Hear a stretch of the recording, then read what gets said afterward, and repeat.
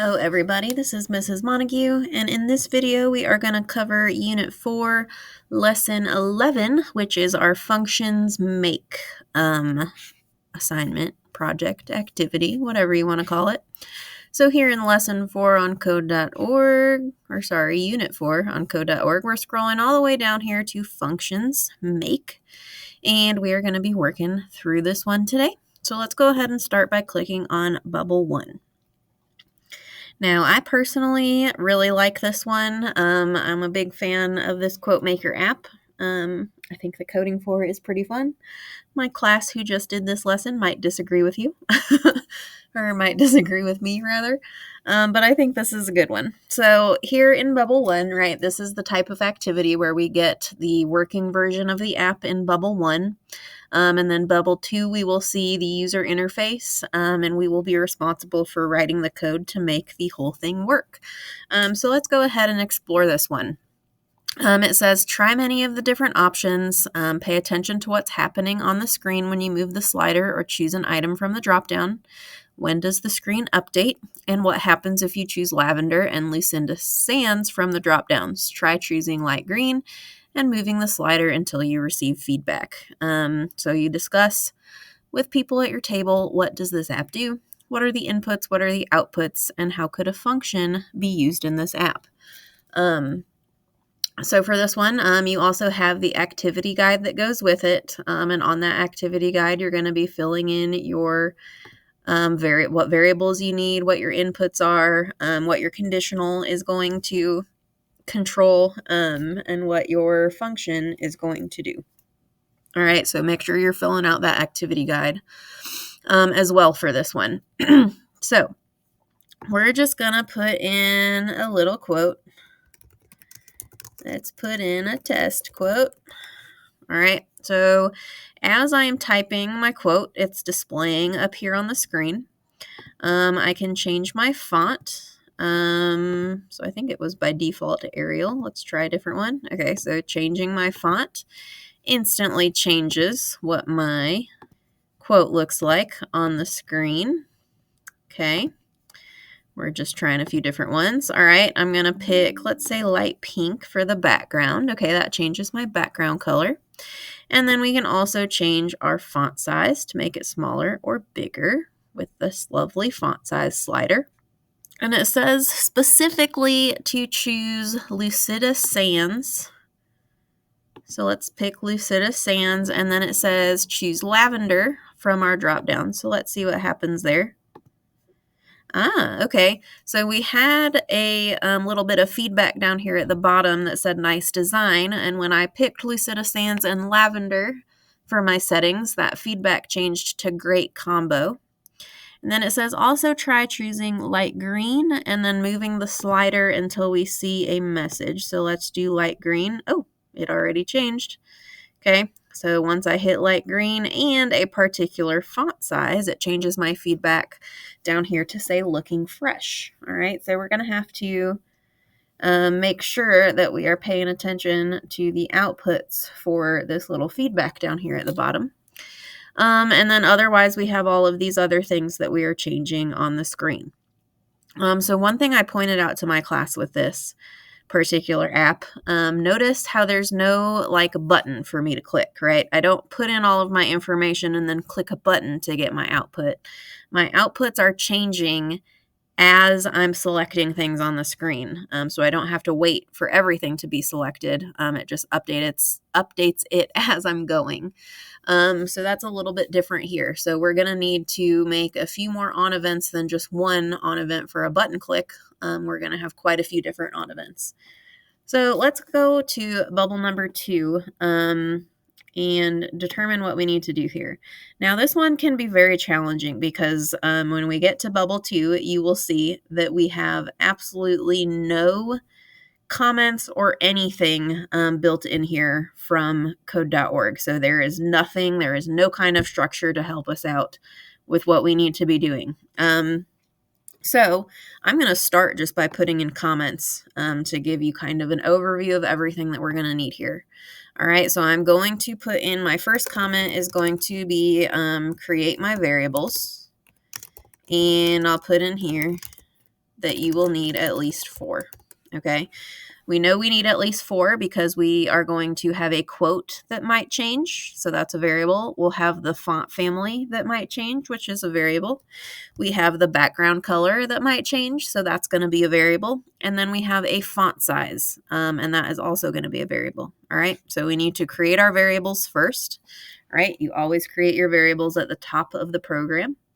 All right. I'm going to put in another comment here. Oop, if it will drag. Okay, so first we're going to create our variables, all right, and then we are going to have some on events.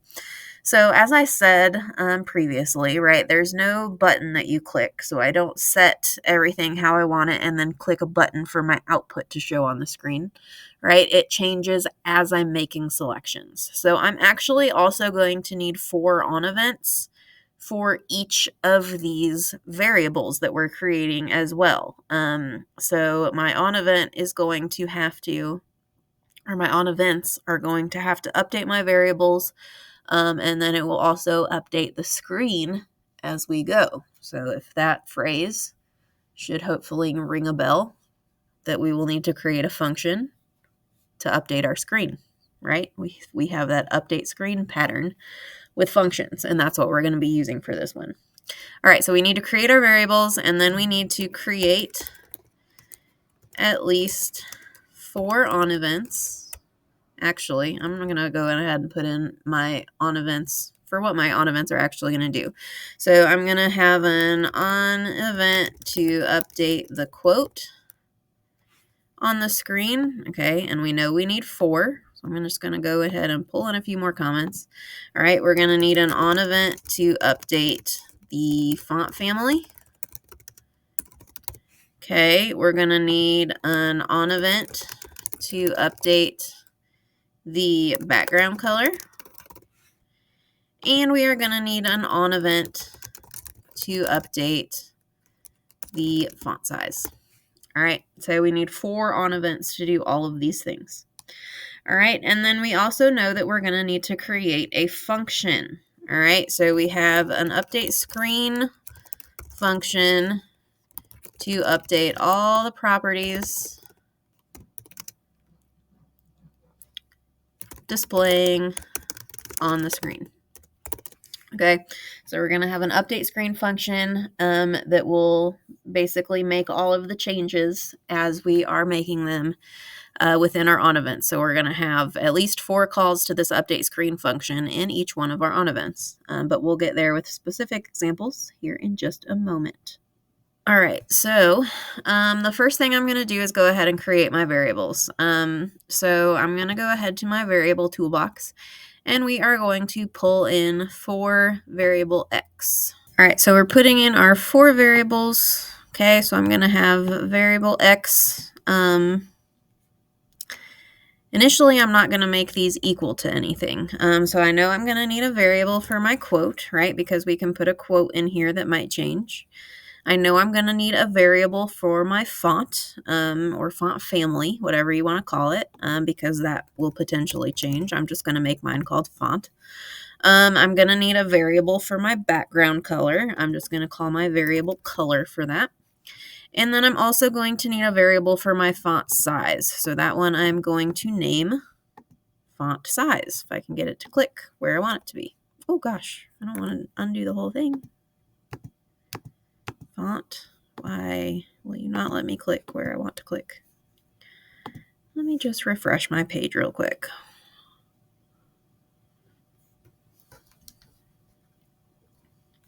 Okay, finally a variable. There we go for font size. All right, so we have our 4 variables that we have created. All right, so then we need some on events here, right? So I'm going to go ahead and drag in my 4 on events, right? I put in that I'm going to need an on event to update the quote. I'm going to need an on event to update my font family. I'm going to need an on event to update my background color. And I'm going to need an on event to update my font size. All right, so I've got my 4 on events in here. Okay, so again, we are making changes to our output as we are running the app, okay? So there's no button to click on. So our default usually for our on events is that whatever screen element we click, then it does whatever we have inside that on event. But this time we're not clicking. It's basically anytime we make a change to any of these. So for like my quote input, right? So for my quote input, okay, my quote input, if I make a change to that, then I want this on event to run, right? So when I start typing in a quote, that's a change. I want it to run my on event. All right, same for the font family. Okay, so my font family input is what this is called, font family input.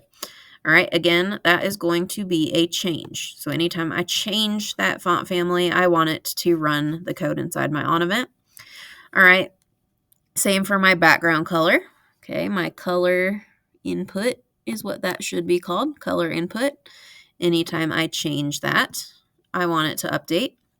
And then also my font size. So my font size input, anytime we make a change. All right, so instead of clicks, we're just looking for any change to those settings. All right, we also know that each time we have the on event, right, for my quote input, anytime that changes, I want my variable for my quote to update with whatever I've typed into this quote input box. All right, so each of these on events is also going to need to update our variable as we go through it. So each time we make a change to those, our variable controlling that element should also change. All right, so all of these on events are going to need an x equals blank in there. All right, so I'm just going to go ahead and pull all of these into our on events, and then we can go through and update them accordingly. All right, so firstly, we're looking at the quote. If I can spell it right, quote. All right, so our quote is going to be equal to a get text, right? So we're pulling in the text from whatever we type into this quote input box. All right, so we're getting text from our quote input to set to the value of our quote variable. All right, same kind of thing for the font. All right, so when we do our font family, okay, we're going to do our font variable is going to be a get text from our font family input. All right, so we're just pulling whatever we put in our font family, not font size, font family input. Okay, we're pulling whatever we put into our font family drop down right here into our font variable. Okay, then same for color. We've got our color input drop down. So my color is going to be equal to a get text from that color input. All right. And then finally, we have our font size. This is the only one that's slightly different. Okay. Our font size needs to be equal this time to a get number, right? Because our font size input is stored as numbers, right? Our font is going to be size 8, size 12, size 20, etc. All right, so instead of a get text for this one, we're going to use a get number. And the number we are getting that from is our font size input. Okay, so that will update our variables. All right, right now it's not going to actually do anything because we don't have any set properties. We don't have the screen updating at all. So the final thing that we need to do here is put in our function to update the screen. So anytime any of these things changes, it's always going to update the screen to do our quote output and our color output, right? So I don't have to write the code to do these set properties for each one of these. I want to just do this in an update screen because every time we make a change, the screen needs to update, right? So it's easiest to just put this into an update screen function, and then we can call that update screen function in each of our on event blocks to display those changes as we are working. All right, so the final thing that we need here is our update screen function. So over in our functions toolbox, we're going to pull in the block to define our function, and I'm going to name it update screen. Okay, so our update screen function should basically set the properties of everything that we're seeing on the screen. And then it should also set our little feedback message down here. So our feedback message changes based on the selections that we make. So knowing that, we are more than likely going to need a conditional statement, right? Because what my feedback message is going to be dependent upon what I select for my font family, my font size, etc. All right. So we need to make sure that that conditional is in there to update that feedback output message that we're getting. All right, so the first thing that we want to do in here, I'm going to go ahead and pull in 4 set properties because I need to be able to set the property of all of these different things showing on the screen. So I need to be able to set the actual quote, I need to be able to set the font family, and I need to be able to set the color, and I need to be able to set the font size, right? Those are the 4 different things that might change that we then need a way to display those on the screen, right? We display elements on the screen changes with set properties. Okay, so I'm going to go ahead and pull in 4 set properties for this. One of these you can use a set text for, but set property should work as well. Okay, so our set property, all right, we're just going to, again, go in order here, right? So our set property needs to set whatever our quote we put in here to our quote output on the screen. Okay, so we're setting the property of our quote output. So let's find quote output in here. And we're changing the text of it for this one, right? It's whatever text we put in the quote input, we want to display in the quote output. All right, but I've stored the input that I've put into this quote input box as a variable, right? My quote is getting the text from that quote input. So all I need to do here for the quote output to display whatever I've put in there is call my quote variable, right? Because the information is stored in my quote variable. So I don't need quotation marks around it, right? Because that's going to display it as text instead of actually calling the value that's being stored in the variable. So I just put in my variable call to my quote variable. So that should display what's ever stored in my quote input box on the screen. All right. We also need to display the quote output for font family, right? So whatever quote that we have displaying in the quote output box will change the font if we change our font family dropdown. Okay, so it's still going to be the quote output that we're changing, right? Because that's where we're viewing our quote. But this time, instead of the text that we're changing, we are changing the font family. So that's one of the options here in this dropdown, right? We can select font family. And then rather than just typing in the name of a font here or picking any of the fonts from the dropdown here, we want to put in a call to our font variable that we've created, right? Because that variable is storing the font that we have selected, right? So I'm going to display whatever font I have selected that's stored in that variable.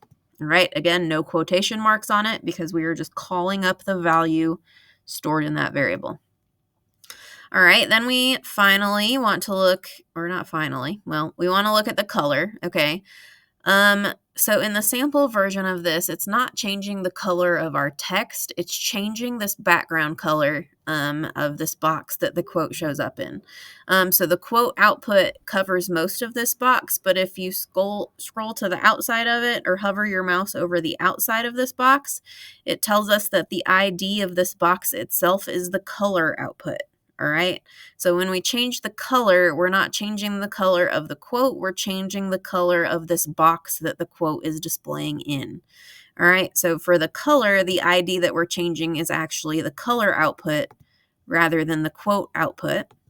Okay. We're not changing the text, the width, or the height. We are changing the background color of this. Okay. So we're changing the background color displayed here to whatever color we have selected, then stored in our color variable. So again, we're just doing a call to our color variable to display whatever we've selected from the dropdown.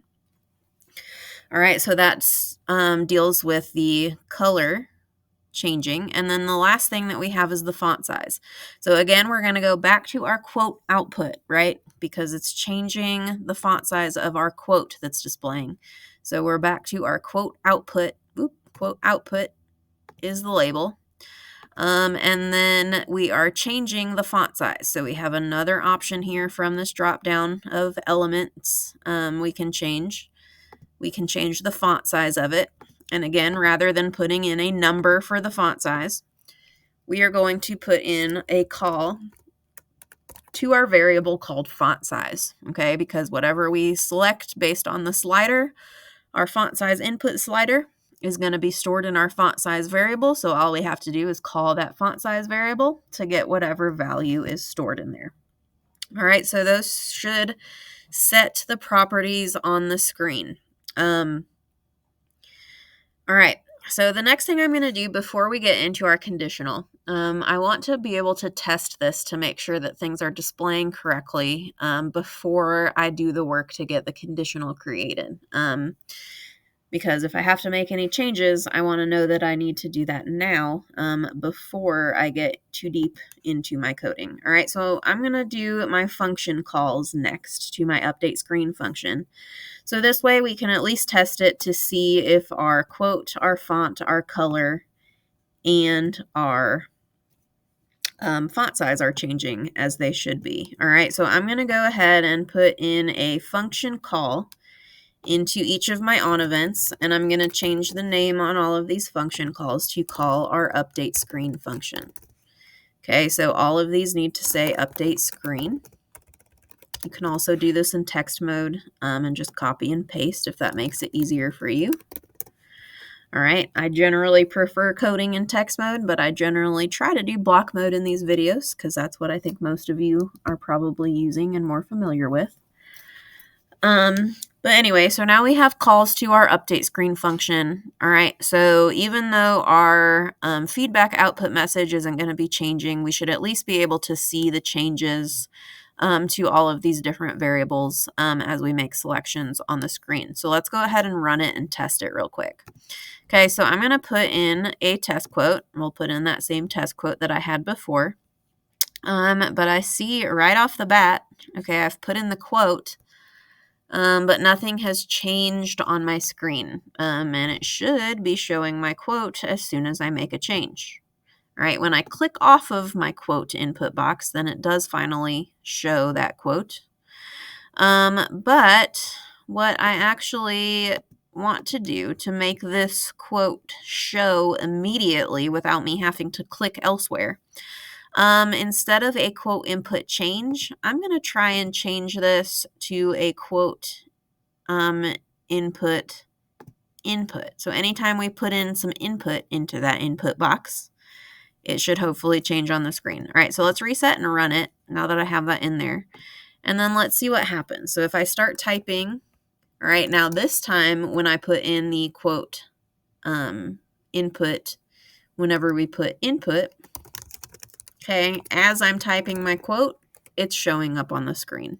Okay, so that's really wonderful. We want it to show up immediately. All right, so let's change our font family, see what happens. We'll go to impact. Okay, that immediately changed it, right? We didn't have to change anything about our on event for it to immediately show on the screen. Okay, so we can change our font family and it is displaying whatever that change we made on the screen. All right, let's test our color next. Okay, and this should be changing our background color, and it does immediately change the background color based on what I select from this dropdown. Okay, so our background color is also changing immediately, so we should be good on that on event. All right, and then finally, let's look at our font size. So this is also set to be a change. So I've just dragged it to a smaller font size, and it didn't immediately change. I'm gonna drag it to the biggest font size. Okay. All right, it's pretty much immediately changing here. All right, so I think we would be good there as well.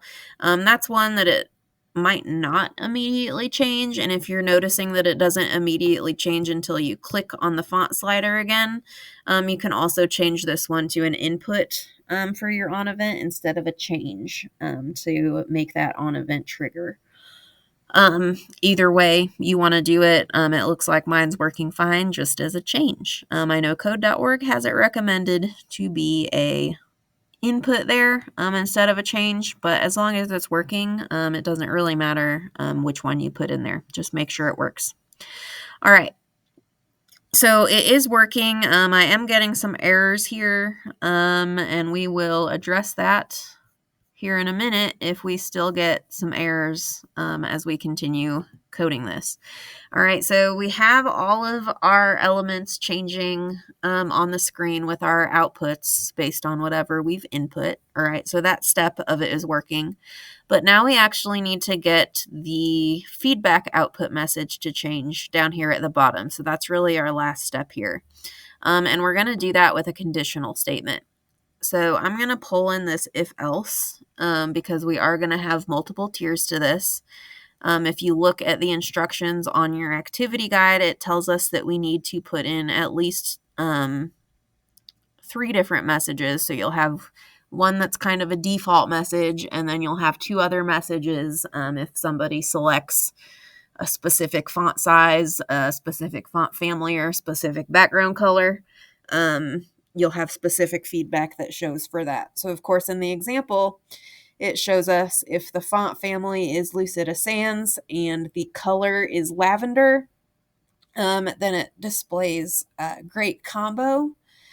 Then if we change the background color to green and have a larger font size, it displays Looking Fresh.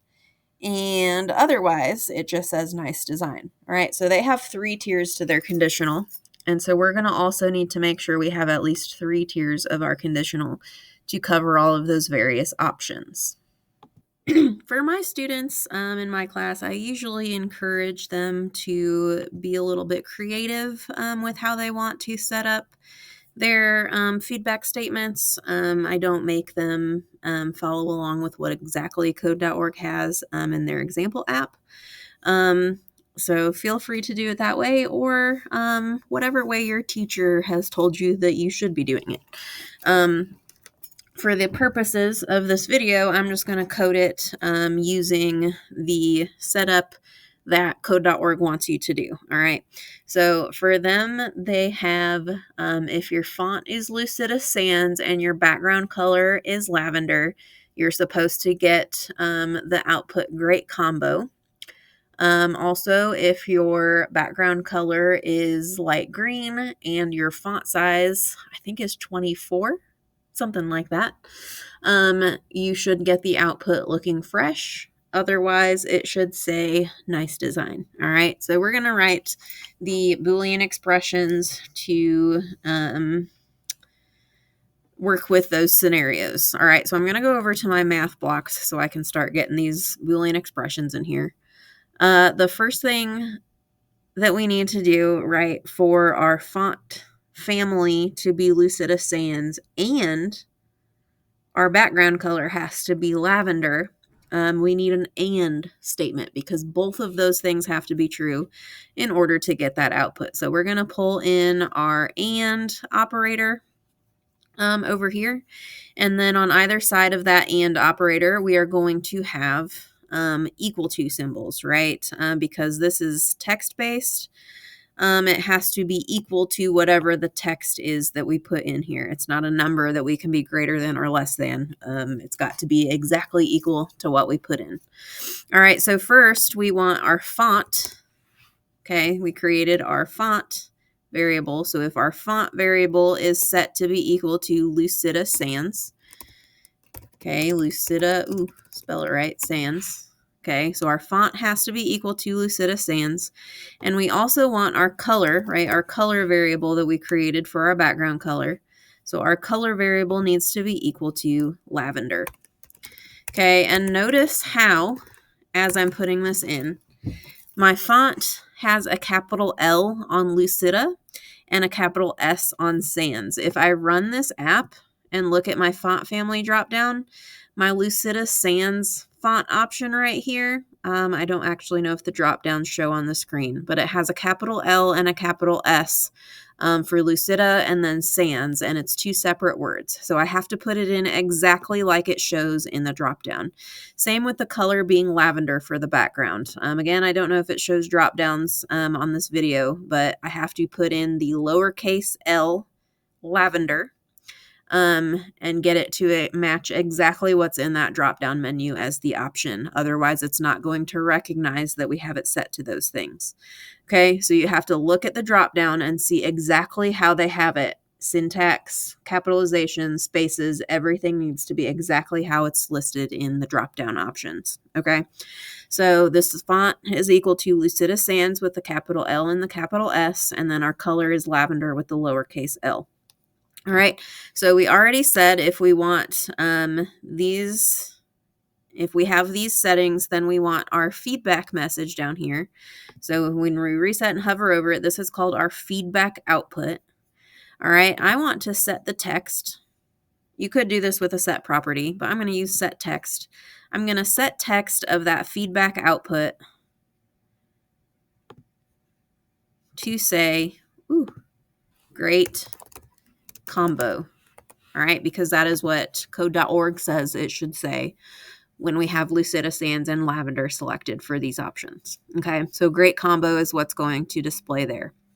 All right, otherwise, okay, if our font is not Lucida Sans and our color is not lavender, we want to see if our color is light green and our font size is 24. I'm just going to go with 24 as the default here.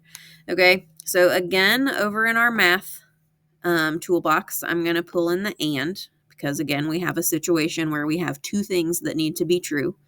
All right, and then again, we're going to put in our equal to on one side, actually. So for this side, our equal to needs to be our color, again, needs to be equal to light green. Okay, in our drop down, again, it has to be worded exactly like it is in our drop down for color. And it has light green, all one word with no capitals at all. So I need it to say the same thing over here in this box. It needs to be light green, all one word spelled correctly with no capitalization. All right, to pick up on the correct color, because that is how it is listed in that color dropdown. All right, then I also need to make my font size. This is why I didn't put in another equal. So you can do this however you want to. I'm going to say for this one, I'm going to make it so my font size is greater than or equal to 24, because if it's any size bigger than 24, I still want it to display looking fresh. So this one, you don't have to do the equal to, because we're dealing with numbers when we're talking font size. Okay, so we can make this be a greater than, less than, greater than, equal to, etc. So this one is going to be our font size. Okay, so our font size needs to be greater than or equal to 24. All right, and then according to code.org, if that is the case, then we need to set the text again of our feedback output to be,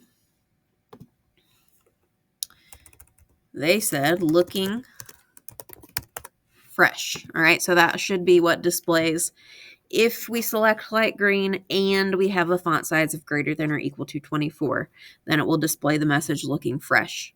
All right, and then otherwise, if none of those things are true from the first two tiers of our conditional, our feedback output is going to be set to the default, which in code.org's example is nice design. All right, so this conditional statement should check all of the properties, okay, of each of these variables. And if these two things are true on the first line, we're going to get the great combo feedback. If those are false, we're going to get line 34 will be checked. So if our color is light green and our font size is greater than or equal to 24, then it will display looking fresh. But if neither of those are true, then we will also just default to our last tier of our conditional to get the nice design out in here. All right. So now that we have that in here, we should be at a point where we can test this to make sure that we are getting the correct feedback outputs and that our quote and color are changing as we make changes to our screen, which that part we already knew was working. But we're going to go ahead and run it. All right. I'm putting in my test quote. All right. So it's displaying my test quote up there. All right, I'm going to go ahead. I'm just going to select a random font. So I've got Courier right now, and we'll make it a light, let's say light blue background. All right, so things are changing.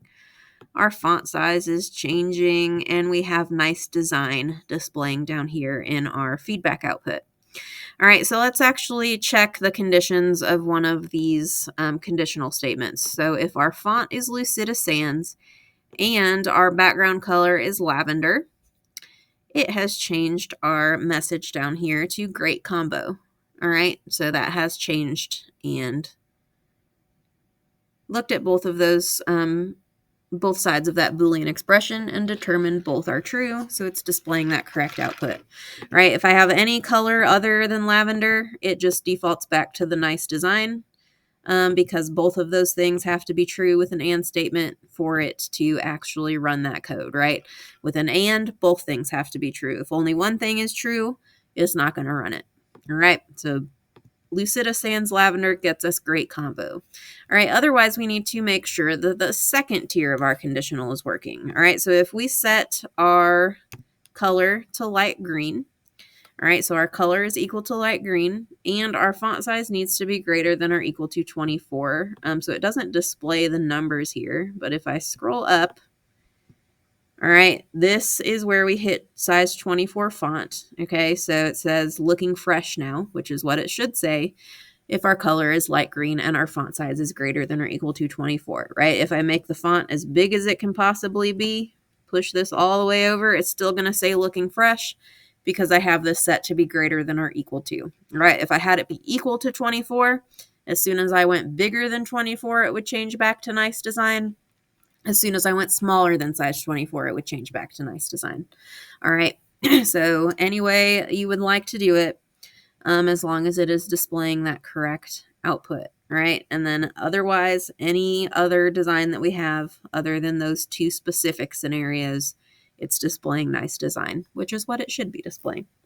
All right, so everything in the app is working as it should. The only thing that's not is that I'm getting all of these errors on lines 29, 30, and 31 that are telling me my parameter value undefined is not a string. And then my parameter value undefined is not a number on these set properties. So this error pops up a lot in code.org. And the reason for this error, at least the reason that I'm getting it in this app currently, is something that's a little bit silly, I think. But the reason I'm getting it is because when I initially set my variables up here at the top, so lines 1 through 5, where I've got my variables being created, I did not set any of these things to an initial value. So since I didn't set an initial value for any of these variables, it's not really sure at that point if these are going to be numbers or strings that it is storing in the information. So it's basically just confusing the program because we haven't specified which type of data these are going to be accepting. Really is what it comes down to, or at least the best way I know how to explain that error. So, it should figure it out, like when we update the quote with the get text and the font with the get text and the color with the get text, and then the font size is a get number, right? It should figure out what's a number versus what's a string. But for whatever reason, it doesn't like it. So we're going to get that error until we change these variables that we've set up at the beginning to have an initial value, right? So the easiest way to do that, right, my quote is going to be a string, so we can just put empty quotation marks in here for its initial value because there's not going to be anything in that box for it to look at. The font we know is also going to be a string. So I'm just going to, again, put empty quotation marks in here. So it's, just telling the program that this is going to be a string input, essentially. Color, same thing. We do actually have a color initially set here. So when we're not running the app, it's light gray for that background. So we can make the color be empty quotation marks, or we can make the color be equal to light gray. I'm going to make it light gray because that is what we have in there. I'm going to do the UK spelling of gray. All right, and then font size should be a number, but it's not initially set to anything, so I'm just going to randomly set font size to be 20 for this as its initial value, so it's just by default when the app starts, the font size is going to be 20. So then as these things change, it should be updating those values, recognizing that they're strings and numbers because that's our initial inputs. And hopefully those errors go away. So now that we've put that in, all right, we're going to go ahead and run it. All right, this time when we put in our test quote, all right, immediately I had the set property errors on lines 29, 30, and 31 last time. Now I'm not getting anything. So I can change my font family, I can change my color, and I can change my font size. And at no point now am I getting those errors popping up. So I don't really know. To be honest with you, I don't know why that matters because it really shouldn't. I can store a number or a string in any variable I want to, and the only issue should be if I'm trying to output text as a number or something like that, then I could see it being an issue. But otherwise, I don't know. But just setting those variables to have an initial value gets rid of those minor errors, which, the errors didn't affect anything about the way that the program was running. Everything was still displaying properly. It just did not like the syntax specifically relating to those initial variable values.